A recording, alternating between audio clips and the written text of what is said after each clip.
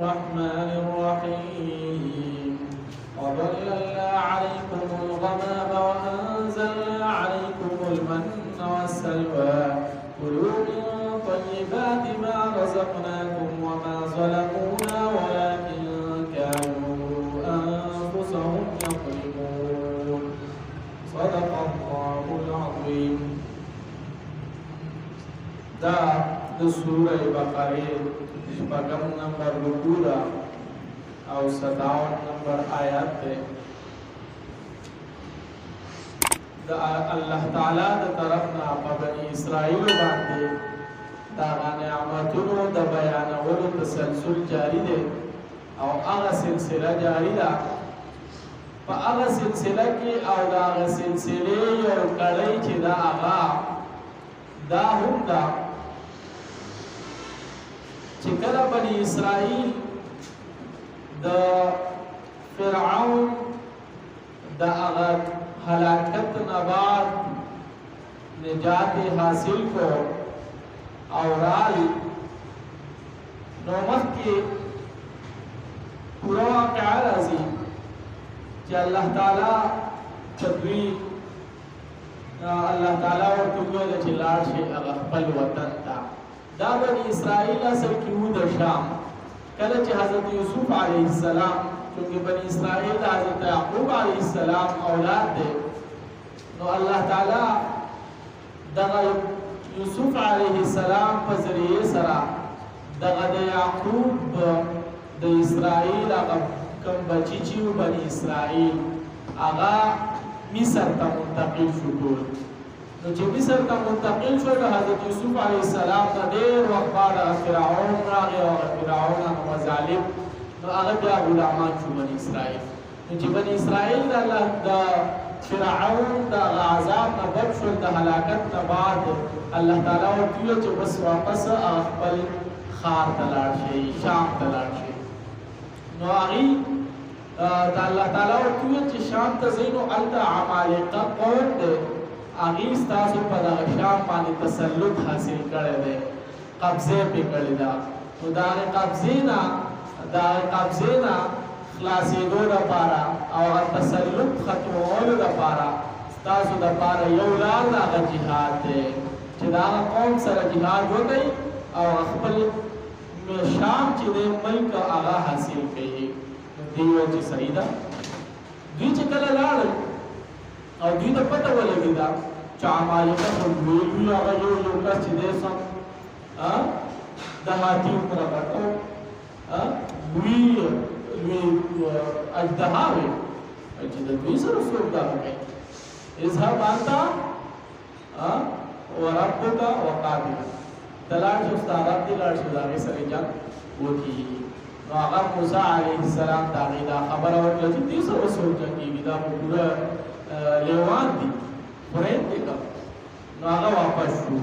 نو الله تعالی د دغې په وجه باندې په دغه قوم باندې هغه یو قسم ازمایش او عذاب نازل کړو. عذاب یې څه نازل کړو چې په کوه تور کې یو میدان ورته هغه میدان تقریبا 10-15-20 کیلومتر یاد ده کم و زیات دغې غټ یو میدان په هغه کې دغه بني اسرائیل ټول چې دی هغه د 40 کاله پورې هغه وځپول. څنګه وځپول چې دغه به روانېدل وی چې موږ خپل ځي ته ځو خپل ملک ته ځو.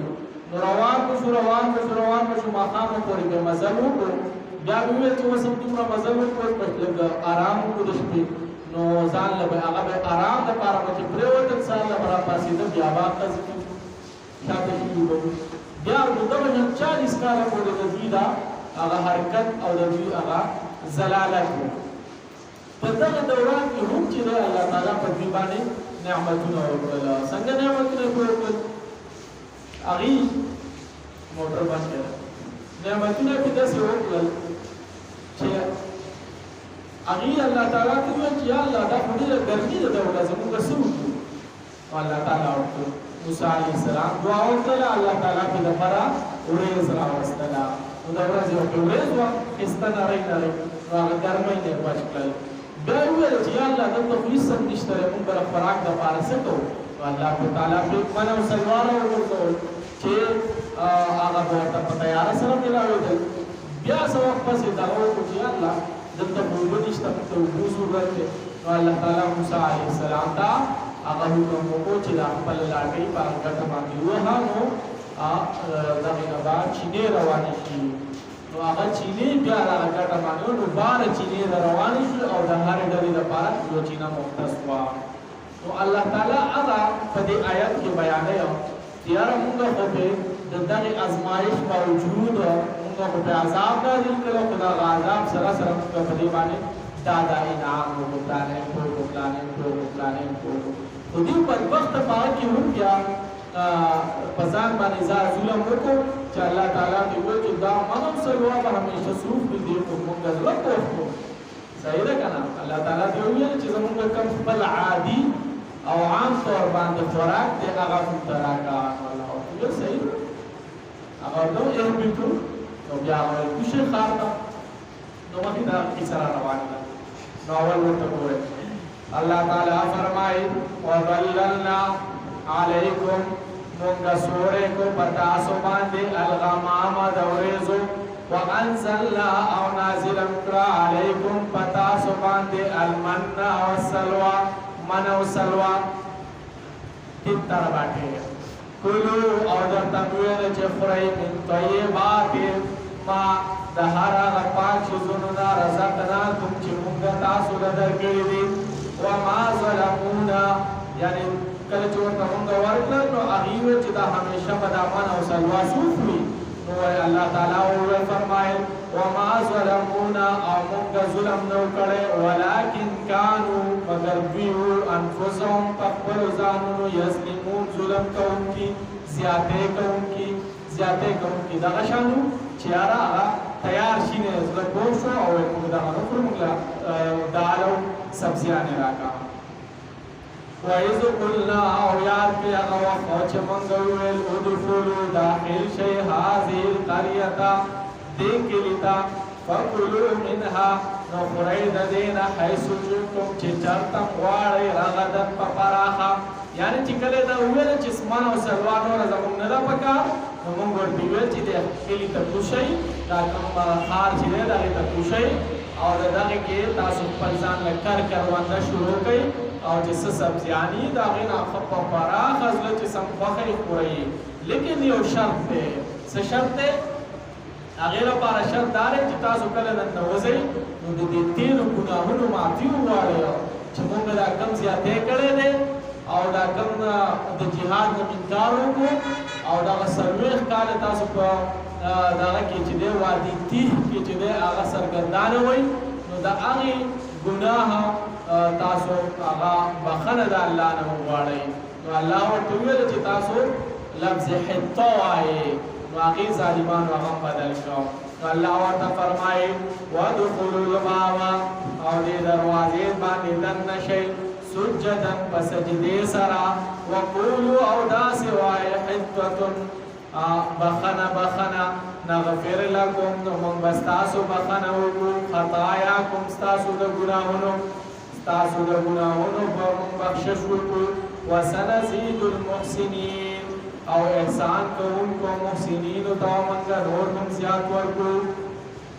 فبدل الذین نو بدل کو هغه کسانو ظلمو چې ظلم یې کړی قولا یعنی دغه ظالمانو بدل کو قولا هغه وینا کومه وینا حطة والا هغې بدل کړه غیر الذي د هغې نه علاوه قیل لهم چې دوی ته ویلی شوې وه یعنی د حطة په ځای دوی حنطة ووایو. څه ویلو؟ حنطة. الله ورته ویل چې حنطة ووایي چې بخنه دوی ویل چې حنطة غنم څه غنم زړه ډېر پوښ شوی و که نه د من او سلوا نه ویل چې غنم نو چا دغه نه وګینه تپوس وکړو چې دوه سوي نو ویل 4 روټۍ دوی مو ویل چې نو دا خو ډېره د کفر خبره دوی کړې وه. فانزلنا نو مونږ نازل کړه علی الذین ظلموا په ظالمانو باندې رجزا عذاب من السماء د اسمان نه بما په سبب د هغه څه کانو یفسقون چې دوی فسق او فجور کوو.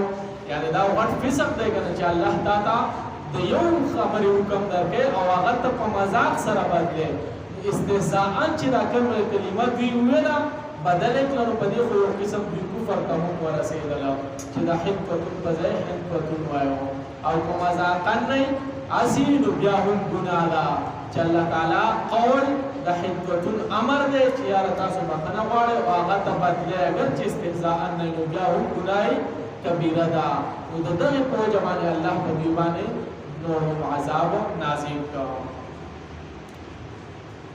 بیا وظللنا او صدق الله صدق رسوله اللهم صل على سيدنا محمد وعلى ال سيدنا محمد وبارك وسلم يا رب الكريم دا قرآن متنظما او معنا بسینوں کے کیدے ممکن زندوں کے کیدے ممکن تعلیمات یاد کی اور بدی تعلیمات مانے چلی توفیق لراکی دا معاشرہ قرآن و حدیث مان روانہ کی یا رب کریم تجھے پرتے معاشرین فحشیان ختم کی تجھے معاشرین ضرور ختم کی تجھے معاشرین سود ختم کی ہر قسم برایان دے قرآن مجید پر برکت سر دے معاشرین ختم کی یا رب کریم دی ملک پاکستان تا حفاظت ہو کی سمرہ سیلاب زدگان دیا اللہ داغی تا مدد ہو کی نہ مزید سیلافون و آفتون و مصیبتون نہ پاکستان اور پاکستان عوام بچ کے صلی اللہ علیہ